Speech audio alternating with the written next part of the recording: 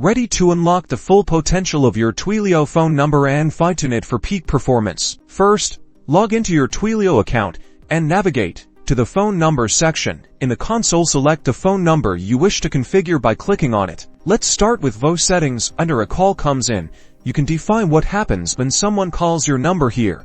You'll configure the voice URL, which tells Twilio where to fetch instructions from when a call is received. Select webhook, TwiML bin, function, studio flow, or your own server. Now, let's move on to messaging. Similar to voice, a messaging section allows you to configure how incoming SMS messages are handled. The message comes in field dictates the URL Twilio will post to when a new message arrives. You can choose similar handler options as voice. Under Geo Permissions, you can control which countries your number is allowed to call or text. This is a crucial security feature to prevent unauthorized usage and potential toll fraud.